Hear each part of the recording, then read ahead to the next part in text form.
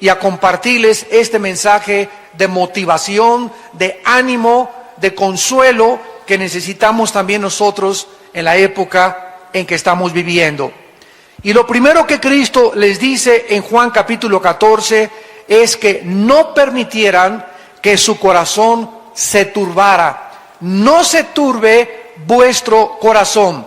Esta palabra turbar, tarazo, con T de tío, en el griego, tarazo, significa agitarse, estar en una situación de incertidumbre, de intranquilidad. En otras palabras, no permitamos, en primer lugar, que ningún acontecimiento en el mundo, guerras o rumores de guerras, caída o levantamiento del petróleo, caída o levantamiento del dólar, tsunamis, terremotos, crisis económicas, no permitamos que ninguna situación a nuestro alrededor nos quite la paz. La paz interior que Él al entrar a nuestra vida nos dijo que nos la dejaba. Mi paz les dejo. O sea, no se iba Cristo y se iban a quedar solos. La presencia del Espíritu Santo dentro de sus discípulos, dentro de tu vida y dentro de mi vida, es con el propósito de tener dentro de nosotros un consolador. Porque la palabra consolador, paracletos en el griego, que se traduce abogado, significa alguien que es llamado al lado de otra persona para motivarlo, animarlo, ayudarlo a salir de las pruebas. Entonces Cristo se fue hace 2000 años, pero en todos aquellos que le hemos seguido, nos ha dejado dentro de nuestro corazón al Espíritu Santo. Y el Espíritu Santo tiene el propósito de consolarnos hasta que muramos y lleguemos a su presencia, de confortarnos, de animarnos, de poder darnos esa necesidad que tenemos de ánimo para vivir, para poder aguantar hasta el día de nuestra muerte. No permitan que nada les quite la tranquilidad, la paz interior, ningún acontecimiento a nuestro alrededor. ¿Por qué? Porque si creemos en Dios, es exactamente igual que creer en Jesucristo.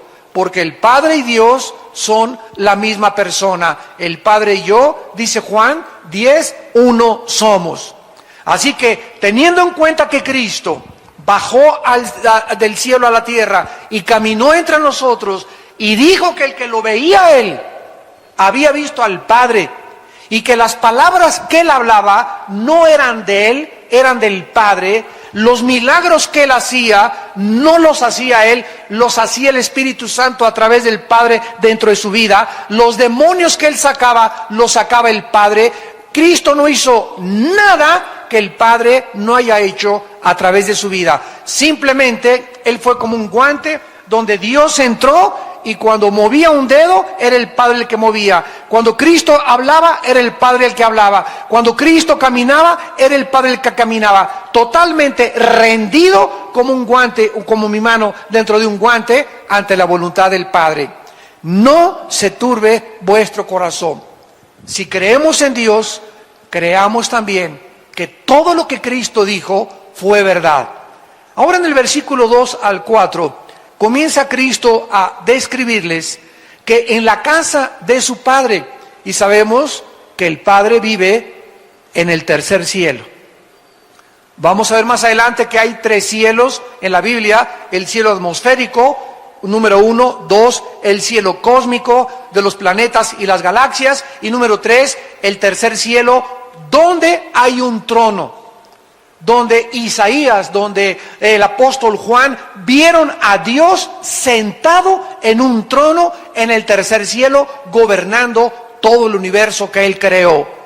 Así que Cristo está describiéndonos que en el tercer cielo, no en el cielo atmosférico, no en el cielo galáctico, sino en el tercer cielo, hay muchas habitaciones.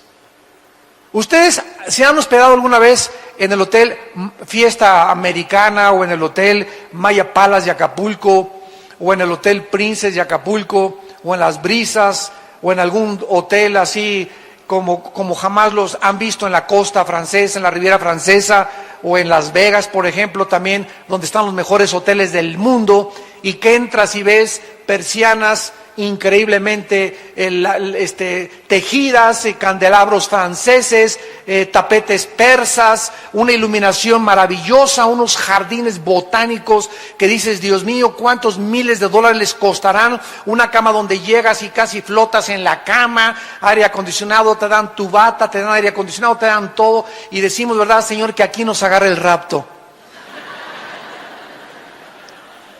Bueno, si nosotros pudiéramos imaginarnos el confort que podemos encontrar en el mejor hotel donde tú te hayas hospedado, imaginémonos cómo va a ser la habitación que vamos a tener en el cielo. Y de eso se trata este mensaje, cómo vamos a vivir y cómo es el cielo.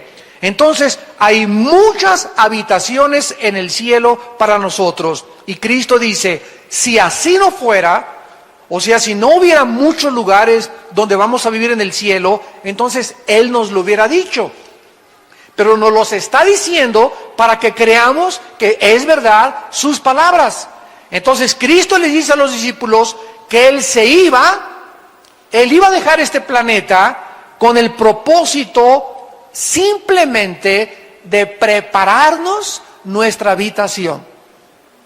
En el antiguo judaísmo, cuando un muchacho le pedía la mano a su novia, el muchacho se separaba 6 meses, 1 año de la novia y tenía que irle a preparar a la novia la habitación, el lugar donde iban a vivir, para que cuando ya pudieran después del desposamiento casarse, por ejemplo, José y María, la madre de Cristo, estaban desposados, o sea, comprometidos, no estaban casados legalmente, estaban comprometidos. Y mientras él estaba comprometido con María, él tenía la obligación de prepararle un lugar a María. Entonces, es exactamente este retrato el que Cristo toma. Él ha ido al cielo a preparar el lugar para que cuando resucitemos y vayamos con Él, podamos nosotros saber que durante todo este tiempo, estos 2000 años, ¿qué está haciendo Cristo sentado a la diestra del Padre, viviendo para interceder por nosotros y al mismo tiempo, imagínense, 2000 años preparándonos una cama, preparándonos un cuarto, preparándonos una mansión, preparándonos, ni nos vamos a imaginar las flores que vamos a ver, las luces que vamos a ver del lugar que Él nos está preparando? Y si me fuere, dice Cristo, y os preparar el lugar, entonces quiero que sepan que voy a regresar. Vendré otra vez. Ya vino la primera vez, nos promete que va a regresar la segunda vez. Y cuando Él venga la segunda vez, viene a tomarnos. Esta palabra tomar, paralambano, en el griego, paralambano significa casi arrebatarnos o tenernos cerca de Él. Viene por nosotros, viene a tomarnos para que a donde Él, desde el momento de nuestra resurrección, esté, nosotros estemos por toda la eternidad con Él. ¿Y sabéis a dónde voy? ¿A dónde fue Cristo? A la casa de su Padre. Entonces sabemos el camino. ¿Cuál es el camino para llegar a Dios? La persona de Jesucristo. Porque Él dijo, yo soy el camino, yo soy la verdad y yo soy la vida.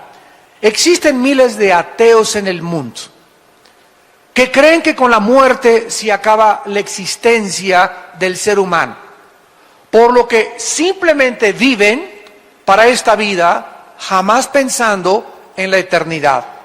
Los ateos dicen es que el universo es eterno, todas las cosas han estado como están y seguirán como están desde que las cosas existen, cuando los mismos principios de la primera y la segunda ley de la termodinámica, para que se lo expliques a tu maestro ateo, los principios de las leyes físicas de la termodinámica niegan que el universo pueda ser eterno. El universo tuvo un principio, dice la Biblia, en el principio Dios creó los cielos y la tierra. Y si hubo un principio, tiene que también haber un final. Las mismas leyes del universo nos muestran que el Sol está perdiendo millones de toneladas masa por segundo. Todo tiende al deterioro, todo se está descomponiendo, todo tiende a marchitarse, a descomponerse, a degradarse. Es la ley que se llama también en la física de la entropía. Entonces, las personas que no tienen la esperanza de poder volver a vivir, viven para esta vida.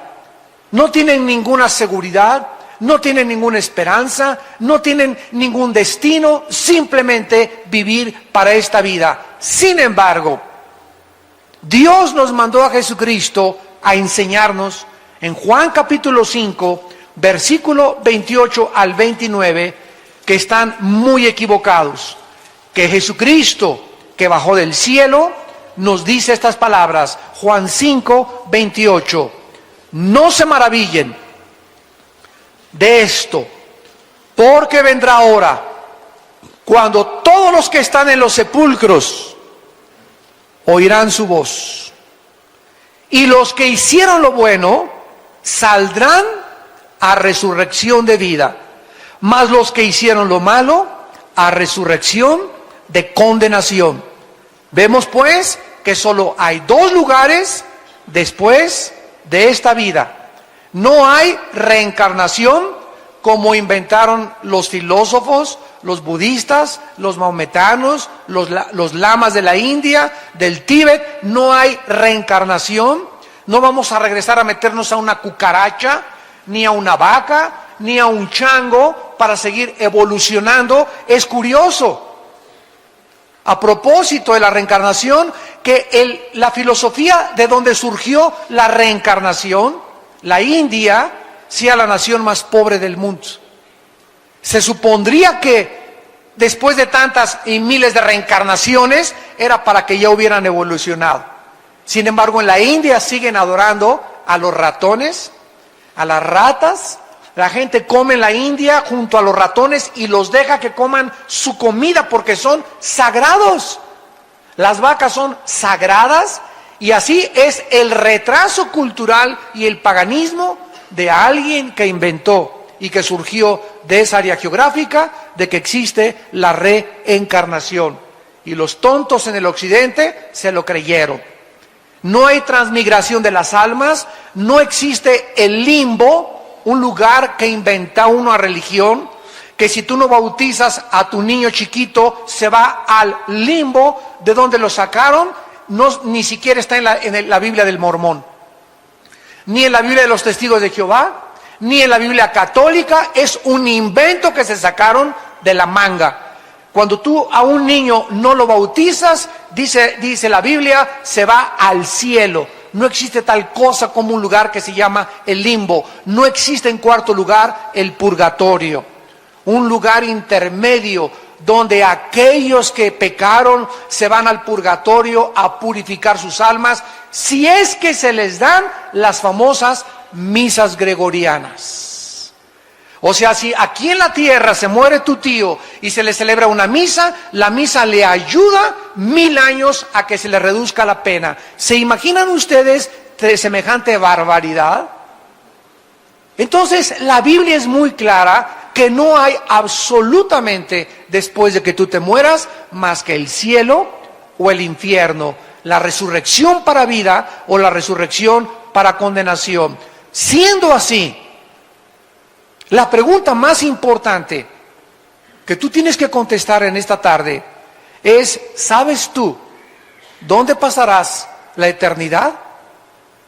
¿Sabes tú que saliendo ahora de este lugar puedes caer muerto? Un embolio, un ataque al corazón. ¿Sabes tú que te puedes subir en un avión, como hace poco vimos, donde venían autoridades del gobierno y de repente el avión se precipita al cielo? Imagínense, se subieron riéndose, carcajeándose, desayunaron en la mañana, le habló a su esposa: ahorita nos vemos en la tarde, y jamás los ocupantes de esta nave volvieron a ver a sus familias. Iban jóvenes, personas de 40, de 30, de 50 años de edad. ¿Por qué? Porque ninguno de ellos se imaginó que esa era la forma en que iban a terminar y que iban a presentarse delante de Dios.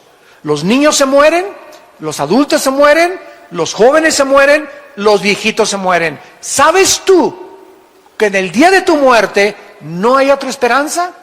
¿No hay otra oportunidad? Dios te da en este momento que tú estás oyendo este mensaje la oportunidad de arrepentirte de tus pecados y de venir a la cruz y entregarle tu vida a Jesucristo. Vamos a ver los lugares que la Biblia menciona que sí existen en el mundo invisible. En primer lugar, en el Antiguo Testamento se menciona la palabra hebrea Sheol. Sheol, que significa en el hebreo lugar de la sepultura o lugar de los muertos. Todos los muertos en el Antiguo Testamento iban al Sheol, y así lo revelaron los profetas del Antiguo Testamento. ¿Qué cosa era el Sheol? Nadie sabía. Únicamente que todos los espíritus, tanto de los buenos como de los malos, descendían al centro de la tierra, porque el Sheol se encontraba en el centro de la tierra. Por ejemplo, dice el libro de los Números, Coré se rebeló contra el pastor y todos los que lo siguieron, los rebeldes, fueron tragados al Sheol vivos. O sea, con todo y cuerpo, con todo y anillo de casado, con todo y la corbata, cayeron y se fueron directamente al Sheol, al centro de la tierra. Entonces, este era el lugar donde todos los espíritus humanos, después de la muerte, descendían a esperar a que Jesucristo muriera en la cruz del Calvario. Cristo baja a la tierra, y cuando se traduce la Biblia del hebreo al griego, esta versión y esta traducción del hebreo al griego se llamó la Septuaginta. Cuando se tradujo la palabra Sheol al griego, se usó la palabra Hades, con H, Hades. Y Cristo, en Lucas capítulo 16, versículo 19 en adelante, les cuenta una historia a la gente de a su alrededor respecto al mundo invisible, al Sheol, que ahora era el Hades, y les dice cómo era este lugar. Cristo les dice que dos personas murieron. Uno era incrédulo, el otro era un pobre mendigo llamado Lázaro. Entonces mueren los dos, y el rico, déspota, arbitrario, avariciento, ambicioso, descendió al Sheol junto con la otra persona, con la única excepción que al bajar al centro de la tierra, Cristo nos dice que estaba dividido. O sea, nunca los espíritus humanos que descendieron en el Antiguo Testamento estaban junto con los espíritus humanos de los justos. Este lugar en el centro de la tierra estaba dividido por una gran cima, una gran barrera. De un lado estaba el infierno, que se usa la palabra Gena en el griego para describir el infierno, que era el lugar donde tiraban la basura los judíos, y ese lugar se llamaba Gena, y usa Cristo esa palabra Gena para describir que era el lugar donde ardía el fuego. Y las personas en el infierno que murieron en el Antiguo Testamento estaban en el infierno ya sufriendo. Uno de ellos pedía a gritos que le dieran una sola gota de agua para poder aliviar su dolor en la lengua. Las personas en el centro de la tierra, en el infierno, Cristo dijo que tienen memoria. En esta historia, esta persona le grita y le dice: Padre Abraham, yo tengo muchos familiares allá en Metepec, allá en Lerma, por favor vayan y díganles que es verdad que existe el infierno, que no vayan cuando se mueran a caer a este lugar, de lo burlón que yo fui, de lo parrandero, borracho y jugador y mentiroso que yo fui. No quiero que vengan mis familiares a este lugar. Y Abraham le contestó y le dijo: ¿sabes una cosa? Que a través de los milagros nadie se va a convertir. Aunque un muerto se les aparezca, no se van a convertir. Ahí tienen a la Biblia, a Moisés y a los profetas. Y el que no se convenza a través de la predicación de la Biblia, porque la fe es por el oír, no es por ver, no es por ninguna otra cosa más que por oír la palabra de Dios, nadie se va a convertir. Esta fue la manera que Dios escogió y diseñó para que entráramos al cielo, creyendo la predicación del Evangelio de la gracia de Dios de Jesucristo. Entonces el Hades, que se tradujo del Sheol, el Señor Jesucristo reveló que estaba dividido en dos partes. En un lado estaban los condenados y en el otro lado estaban los justos desde Adán, Moisés, Abraham, Isaac, Jacob, José, Daniel. Todos se encontraban en el lado del seno de Abraham. Así se le llama, y también se le llama el paraíso. Entonces, esta palabra, dice la Biblia, es la que se usó para describir este lugar. Muy bien. Cuando Cristo muere, Él desciende al Hades, al centro de la tierra. Su cuerpo de Cristo se queda en la tumba. Ahí se quedó su cuerpo de Cristo, porque su cuerpo no había sido aún glorificado, y bajó en espíritu al centro de la tierra. Su espíritu se salió de su cuerpo y bajó al centro de la tierra, al Hades, y ahí fue a anunciar, fue a proclamar su victoria sobre el pecado, la muerte y Satanás. 3 días estuvo Cristo en el Hades, y a los 3 días Cristo, a todos los que se encontraban en el lado del seno de Abraham, en el lado del paraíso, a todos los justos, los tomó Cristo, y cuando resucitó Cristo, se los llevó con Él hasta el tercer cielo. Efesios capítulo 4. Subiendo a lo alto, se llevó cautiva a la cautividad, y se presentó en el tercer cielo ante su Padre con todos estos millones de justos que habían creído el Evangelio en el Antiguo Testamento a través de la fe y de la gracia de Dios, y ahora se quedaron allá en el cielo. Y de Cristo a nuestros días, desde la resurrección de Cristo hace 2000 años hasta nuestros días, todos los espíritus humanos que se mueren sin Cristo siguen descendiendo al centro de la tierra, al Sheol, al Hades. Ahí sigue estando, aquí en el centro de la tierra, el infierno.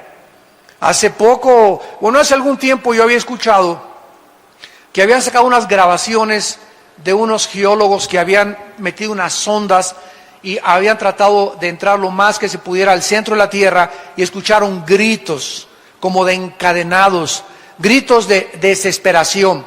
Y hace poco leí de un hermano cristiano con un hombre bastante serio y con una integridad del ministerio, que me dijo que había otro equipo de personas que en el Triángulo de las Bermudas, el oceanógrafo Jacques Cousteau escribió en sus memorias, que es uno de los oceanógrafos más importantes, que cuando descendieron en el Triángulo de las Bermudas, que es un triángulo que está en el Mar Caribe, que es un triángulo con Cuba, las Bahamas y Miami, que se llama ese triángulo, que han desaparecido barcos y han desaparecido aviones. Ahí se encontraron, en el fondo metieron la sonda y fue donde descubrieron los gritos de personas. Eran como gritos de humanos que gritaban y como de encadenados, que nos muestra, ¿verdad? Yo lo creí, porque la Biblia dice que una de las entradas al infierno es ahí en el Triángulo de las Bermudas.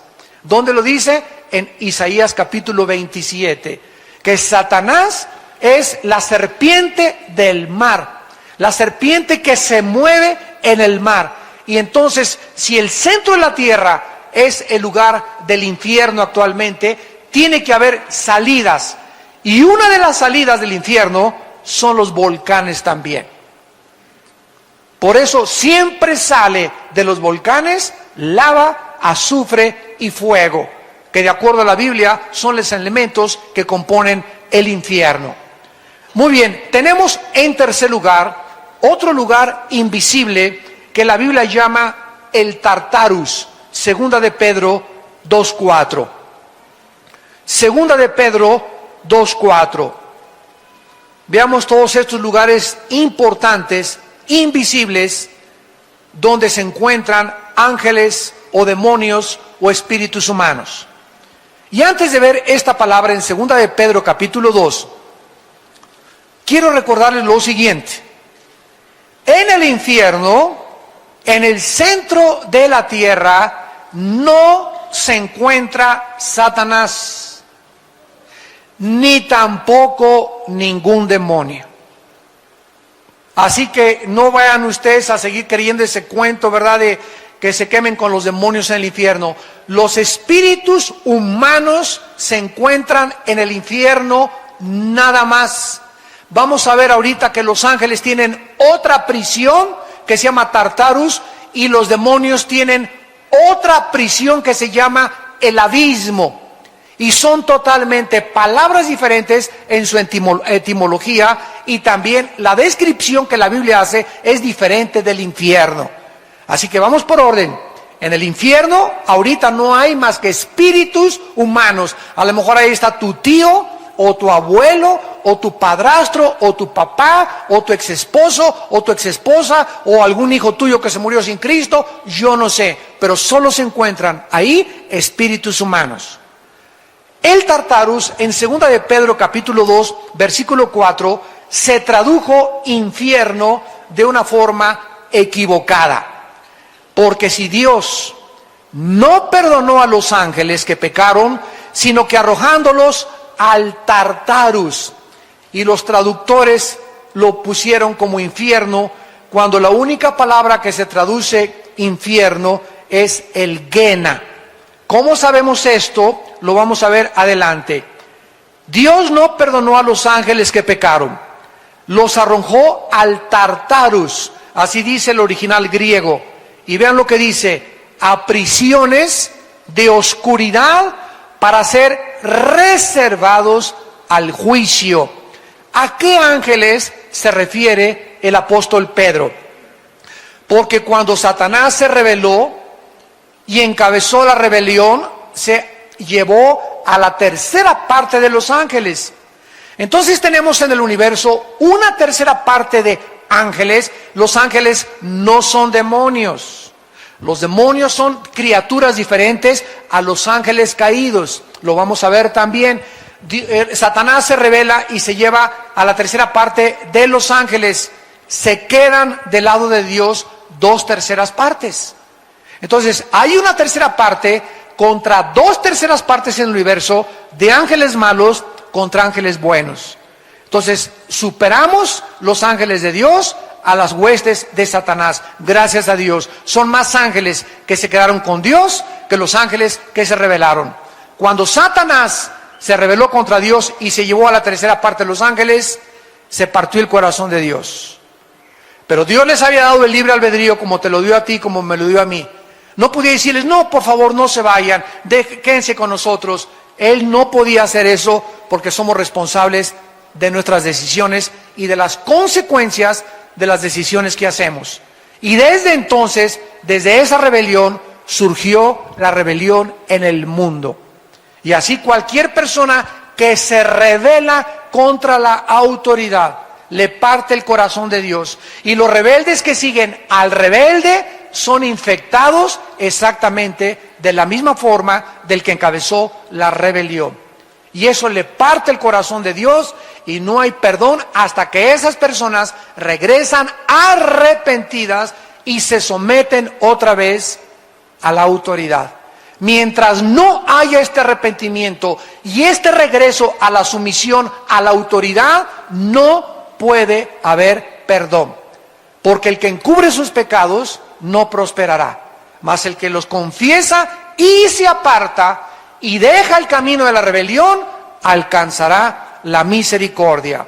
Esto no quiere decir tampoco que a los rebeldes les vaya bien o les vaya mal inmediatamente. Hay muchos rebeldes que prosperan, como Esaú, como Judas, que Dios los deja que vayan y que vayan y que vayan y que vayan, cuando de repente menos lo esperan, ¿verdad?, cae el juicio de Dios.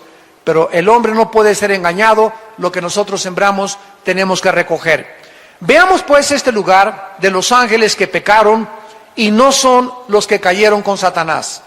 Porque si todos los ángeles estuvieran ya en las prisiones, Apocalipsis 12 dice que en la última guerra final peleará Miguel y sus ángeles contra Satanás, el dragón y sus ángeles.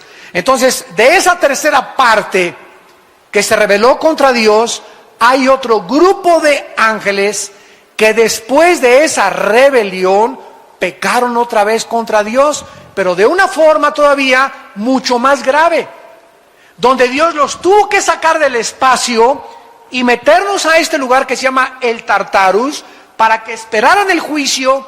Y estos ángeles son los ángeles de Génesis capítulo 6, que son los que vieron mujeres humanas y de alguna forma se mezclaron con las mujeres humanas. No sabemos qué tipo de mezcla hubo. Lo único que sabemos ahora, a la luz de la ciencia y de la genética, es que Satanás y los ángeles y los demonios tienen un conocimiento de la genética humana sobrenatural. Estos ángeles en Génesis 6 pervirtieron la genética humana.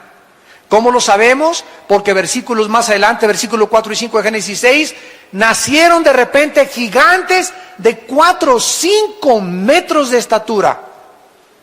Y eran deformes. Estos no los creó Dios. Hubo una deformación genética donde estos gigantes medían 4 o 5 metros y tenían 12 dedos en las manos y tenían 12 dedos en los pies, de acuerdo a 2 de Samuel capítulo 21.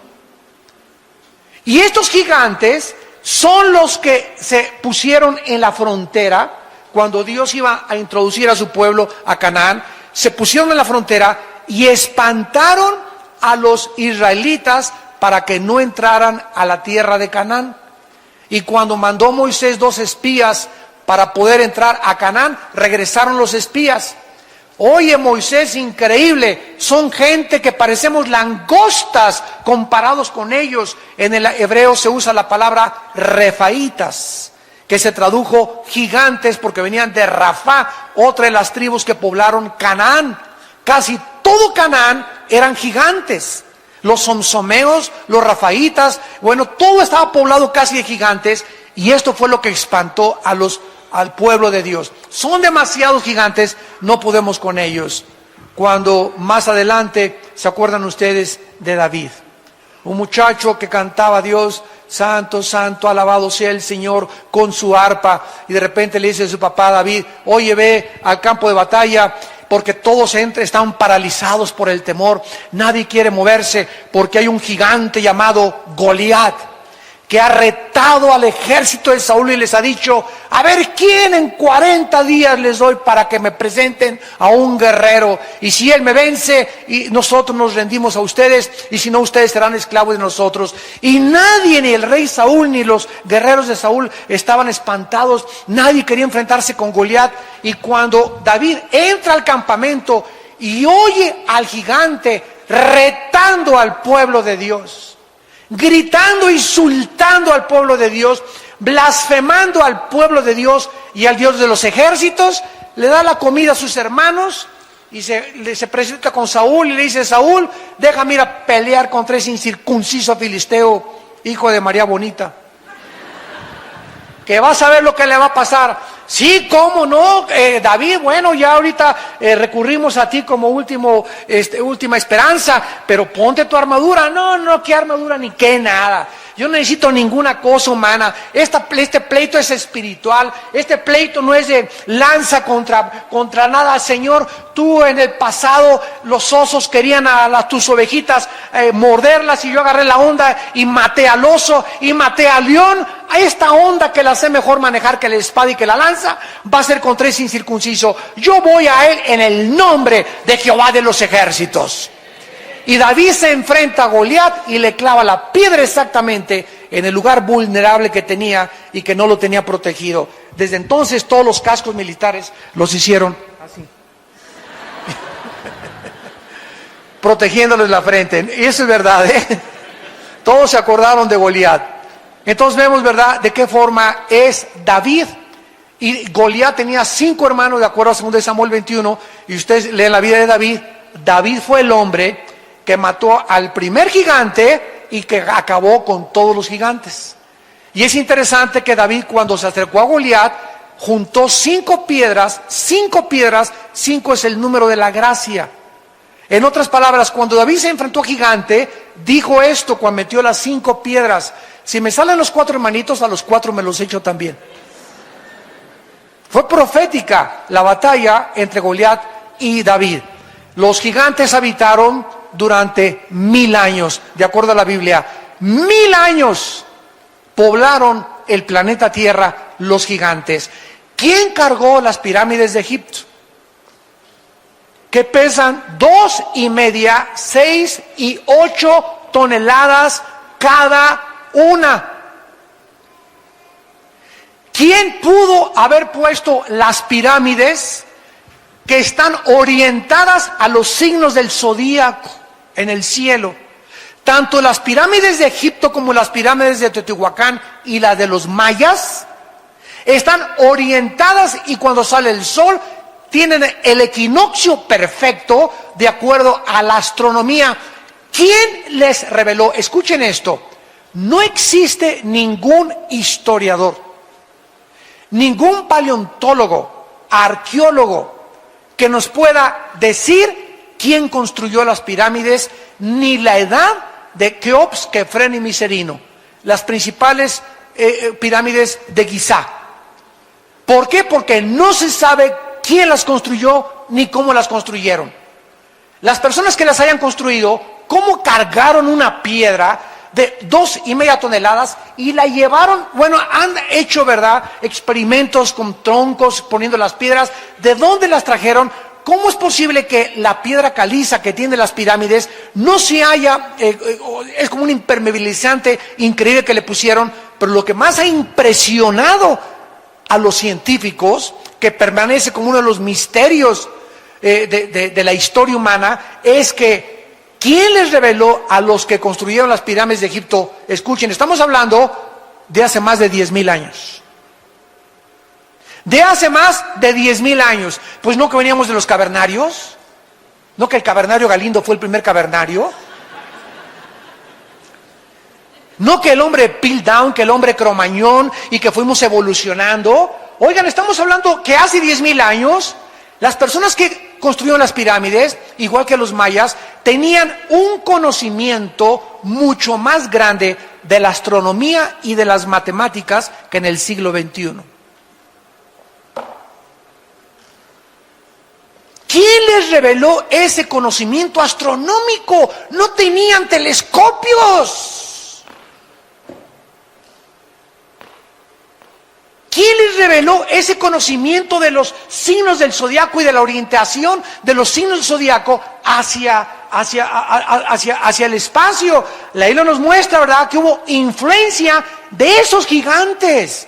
Y esos gigantes tenían conocimiento satánico. Y no hay ninguna otra explicación de la historia más que la Biblia y el tiempo que estos gigantes habitaron y poblaron la tierra por 1000 años. Solo ellos pudieron haber cargado esas piedras.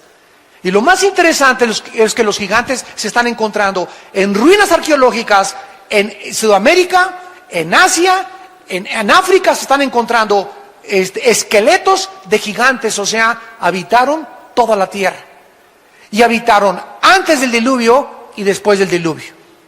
Veamos pues que estos ángeles que se mezclaron en Génesis 6 con las mujeres fueron lanzados al Tartarus, y nos lo confirma el libro de Judas, que está antes de Apocalipsis. ¿Están aprendiendo algo? Más les vale.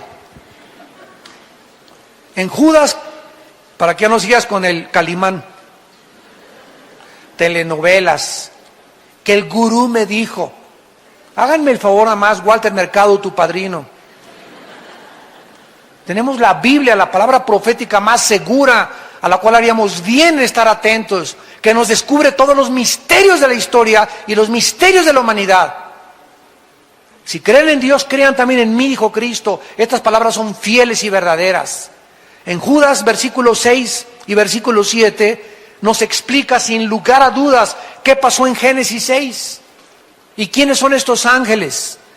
Y dice Judas, y a los ángeles que no guardaron su dignidad, sino que abandonaron su propia morada. La palabra oiketerios, que se tradujo morada, significa sus cuerpos. Estos ángeles de Satanás tenían asignado un lugar para vivir. Tal vez las estrellas o planetas, muchos dicen que el sol es una de las habitaciones de Satanás, pero estos ángeles abandonaron el lugar que Dios les asignó, cruzaron, transgredieron sus habitaciones y se metieron y bajaron al planeta Tierra hace miles de años. Abandonaron su lugar donde deberían vivir.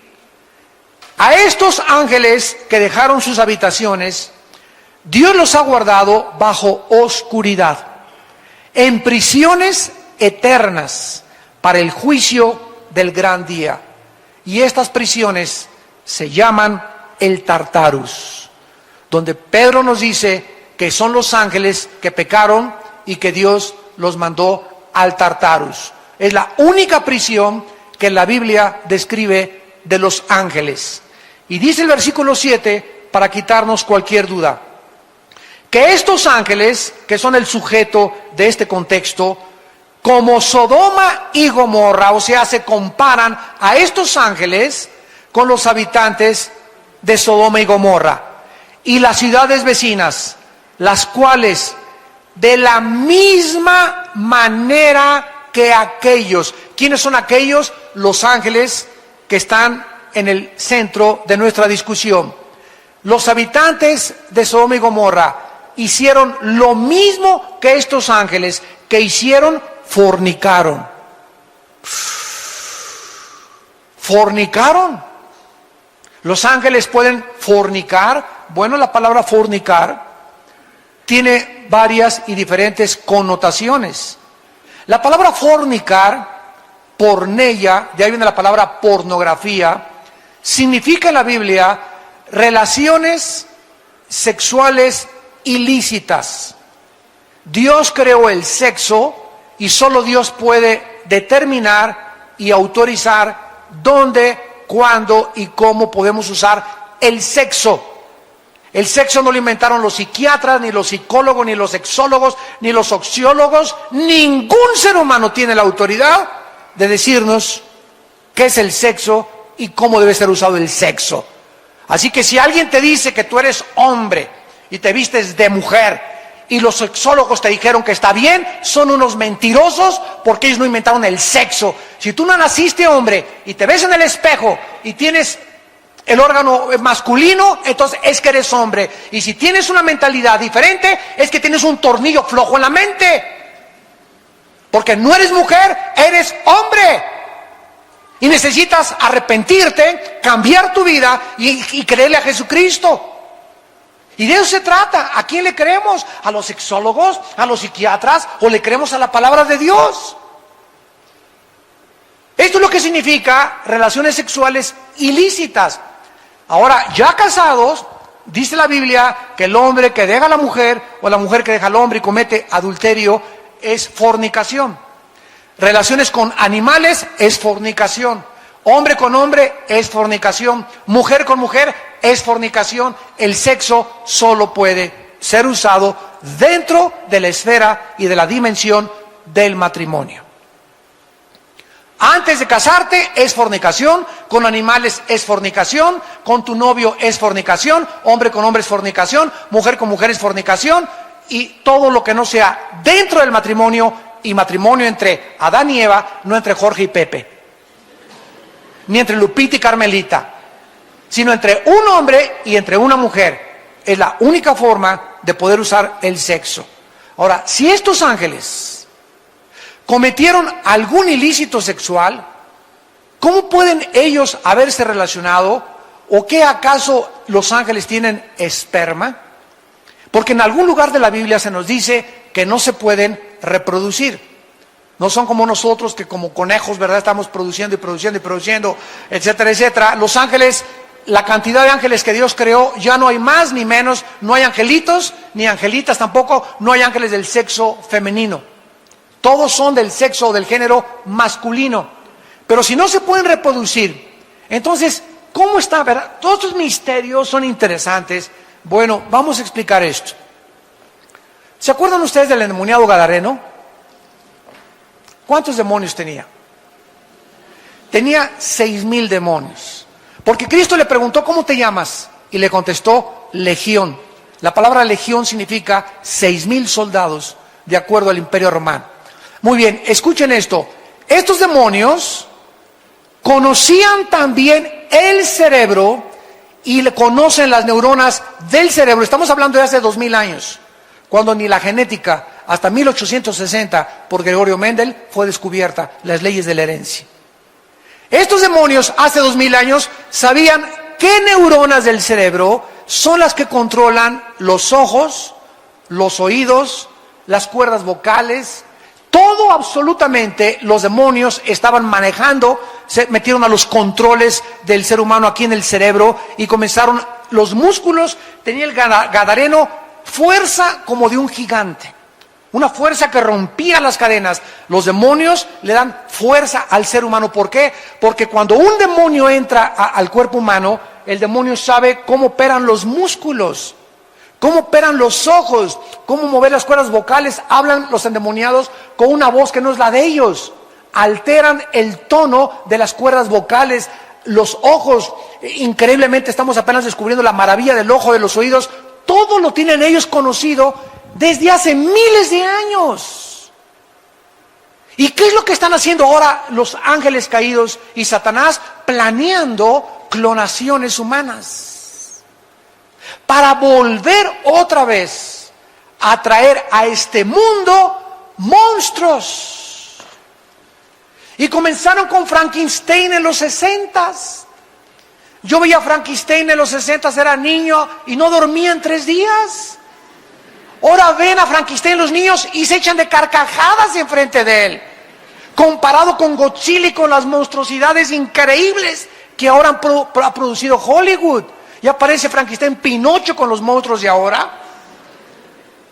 Ya vas a las películas y todos son demonios, apariciones, etcétera, etcétera. Porque el diablo está preparando a los niños para los monstruos que van a comenzar a surgir. Y las clonaciones genéticas entre animales y hombres que aparecen en Apocalipsis capítulo 9.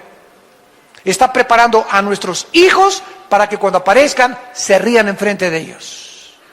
Y los vean como algo absolutamente normal. Muy bien, si los demonios y Satanás tienen la característica de poder conocer nuestros genes, las neuronas de nuestro cerebro, nuestro sistema nervioso, nuestro sistema muscular, etcétera, etcétera, pueden también los demonios meterse al esperma.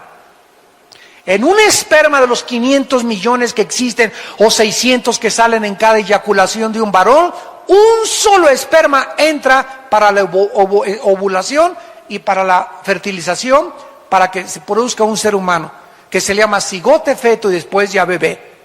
En un solo esperma de los millones microscópicos que tenemos, caben más de 100,000 demonios. O por lo menos tienen la facultad de poder ir en ese esperma y alterar para que el niño que nazca con 2 cabezas, nazca con pie equinovaro, nazca con un defecto o dividido, un chivo con una cara de una cosa y cosa otra cosa, cualquier cosa que sea antinatura, que va en contra de la creación original, es de carácter demoníaco. Por eso, ¿verdad? Tomar drogas en el embarazo, alcohol en el embarazo, fumar en el embarazo, ya no significa que Dios lo haya hecho así. Somos responsables nosotros de la forma como nos cuidamos o como se cuidaban las mujeres o con quién te metiste o el SIDA que te contagió esa persona, y ya Dios se hace a un lado y nos deja recibir lo que nosotros sembramos. Y ninguno podemos culpar a Dios de lo que ha sucedido en el mundo, porque es la obra de nuestras propias decisiones y nuestro libre albedrío. Estos ángeles que se mezclaron con las mujeres humanas no necesariamente les comunicaron su esperma, porque ya vimos que no se pueden reproducir, pero lo que hicieron estos ángeles a la luz de la genética del siglo XXI es que alteraron los genes de las mujeres humanas. Satanás tiene la facultad de poder alterar los genes. Si nosotros permitimos, porque sin nuestro consentimiento ni Dios ni el diablo se meten a nuestra vida. ¿Me escucharon muy bien? Ningún demonio puede tener nada con mi vida sin mi consentimiento. Cualquier actividad de los demonios en mi vida es porque yo les di permiso. Y cualquier cosa que Dios tenga con mi vida es porque yo se lo permití a Dios. Dios no viola mi libertad, ni tampoco los demonios. Esta es la característica donde el hombre decide y es responsable de cada decisión que hayas tomado en tu vida. No le eches la culpa ni a Dios, ni al diablo, ni a tu mamá, ni a la suegra, ni a tu papá que te violó, ni a tu madre, ni a tus hermanos, a nadie. La única razón por la cual tú eres como eres es porque tú has escogido ser lo que tú eres. Mi mamá fue prostituta. No tienes por seguir los pasos de tu mamá. Me crié en un hogar, bueno, Cristo te puede sanar. Y es más grande la gracia que las maldiciones que heredamos. Y finalmente, vemos nosotros que no solamente la Biblia nos demuestra esto, sino que nos demuestra también, gracias a Dios, que tenemos una casa intermedia cuando nosotros morimos. 2 Corintios capítulo 5, terminamos y dice la Biblia que cuando nosotros morimos, si tú mueres hoy en la noche, es muy importante este estudio. Si tú mueres hoy en la noche, amado santo que me escuchas, o santa, Santa Tomasa, o San Anselmo, si tú mueres hoy en la noche, tu espíritu y tu alma se salen de tu cuerpo y nos vamos derechito al cielo. Los ángeles de Dios vienen a recogernos. El momento en que cierras tus ojos y te desconectas de tu cuerpo y tu alma, porque el cuerpo, dice Santiago 2, no puede vivir sin el espíritu, en lo que le da vida al cuerpo es el espíritu. El momento en que el espíritu se sale, el cuerpo se muere, se diagnostica que estás muerto, te entierran, te creman, no importa lo que te hagan, te vas a la tierra y tu espíritu y tu alma se van.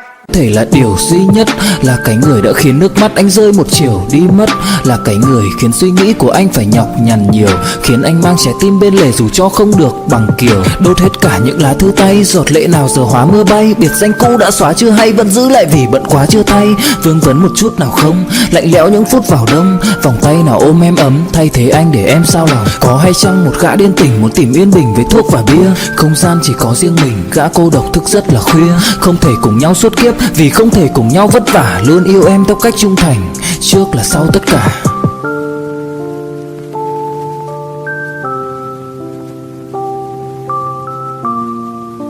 Directamente al cielo con los ángeles escoltándonos, porque para pasar el primer cielo, que está ocupado por Satanás, es territorio enemigo, necesitamos guaruras que nos escoltan para poder, y se hacen a un lado los demonios, porque van los ángeles que son más poderosos que los ángeles caídos para llevarnos a la presencia de Dios. Cuando estemos allá en el cielo, se nos va a dar un cuerpo intermedio. Si tú mueres hoy en la noche, tu espíritu y alma se va al cielo, mi espíritu se va al cielo, y cuando estemos ahí en el cielo, como Cristo no ha bajado todavía a resucitar a los muertos, que es cuando se nos va a dar el cuerpo glorificado, mientras estamos en el cielo, 2 Corintios 5, dice Pablo, sabemos que si nuestra morada, miren cómo le llama Pablo al cuerpo, morada terrestre. Si nuestra morada terrestre, este tabernáculo, se deshiciere, tenemos de Dios un edificio, o sea, una casa no hecha de manos, eterna en los cielos. Por esto también gemimos, deseando ser revestidos, o sea, vueltos otra vez a vestir de aquella nuestra habitación celestial. Pues así seremos hallados vestidos y no desnudos, porque asimismo los que estamos en este tabernáculo o en esta casa o en este envase, gemimos con angustia porque no quisiéramos ser desnudados. Nadie quiere morir, ¿verdad? ¿Qué es la muerte? Simplemente que se nos va a quitar un traje. Esa es la muerte. Este traje temporal que tienes tú y que tengo yo, unos tienen traje de mujer, otros tienen traje de hombre. Y Dios te puso el traje de mujer y otros les puso Dios el traje de hombre. Pero el que tiene el traje de mujer es espíritu y el que tiene el traje de hombre es espíritu, y los espíritus no tienen sexo. Simplemente Dios vistió a dos espíritus con un traje y a otro con otro traje porque a Dios le dio la gana para reproducirnos. Y aceptemos el traje que Dios nos dio y el traje que Dios te dio. Si eres mujer, acepta lo que eres. Si eres hombre, acepta lo que eres. Entonces, cuando se deshaga este traje, se nos va a vestir, vamos a tener el alma y el espíritu, que es la esencia de nuestro ser, vamos a ser vestidos con otro traje. Y con un traje temporal mientras Cristo desciende al mundo. Cuando Cristo venga en el rapto y resuciten los muertos, entonces vamos a resucitar y vamos a tener un cuerpo semejante al cuerpo de la gloria de Jesucristo. Un cuerpo sin sangre, un cuerpo sin deterioro celular, un cuerpo joven, eterno, radiante, que Rambo, ni que John Travolta, ni que nada, ni que Brad Pitt, ni que Tom Cruise, ni nada. Vamos a tener un cuerpo que va a durar por toda la eternidad, donde va a tener acceso a subir y bajar, vamos a volar. No me da tiempo de contarles todos estos detalles. Es infinito este estudio del cielo. Vamos a poder comer otra vez también. No lo explico sin sangre, pero Dios va a hacer otros, páncreas, otro estómago. No sé qué sistema de esófago y de digestivo va a ser Dios, pero no va a ser ya la sangre la que va a correr en nuestro cuerpo. Vamos a poder comer pez, vamos a poder comer miel. Vamos a reproducirnos. Isaías 65. Para que no digan el hermano está inventando, Isaías 65 dice claramente que vamos a reproducirnos sexualmente, vamos a seguir teniendo familia en el milenio. Muchachas, no se apuren. Muchachos, tranquilo, sereno moreno, hay chance todavía. Así que no se coma la torta antes de tiempo. Y todas estas cosas están prometidas para aquellos que en esta mañana le han entregado su vida al Salvador. Si tú en esta mañana no tienes a Jesucristo, yo te ruego en el nombre de Dios, por las misericordias de Dios, por la verdad que tú puedes, saliendo este día, o a lo mejor hoy es la última vez que Dios te ha hablado en tu vida, no endurezcas tu corazón.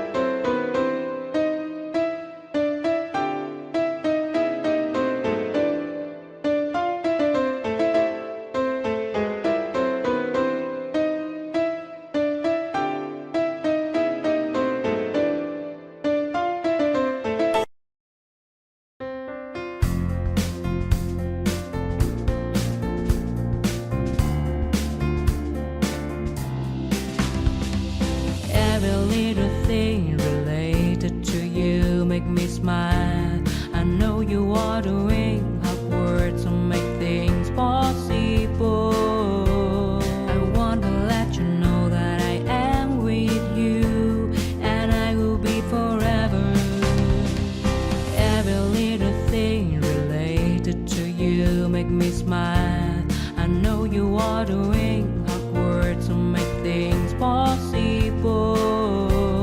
I want to let you know that I am with you, and I will be forever. When you talk, I want to listen to you for hours. When you are there beside me, I feel like looking at you all the time. My love for you will never really change. Just want to tell you that you mean a lot to me.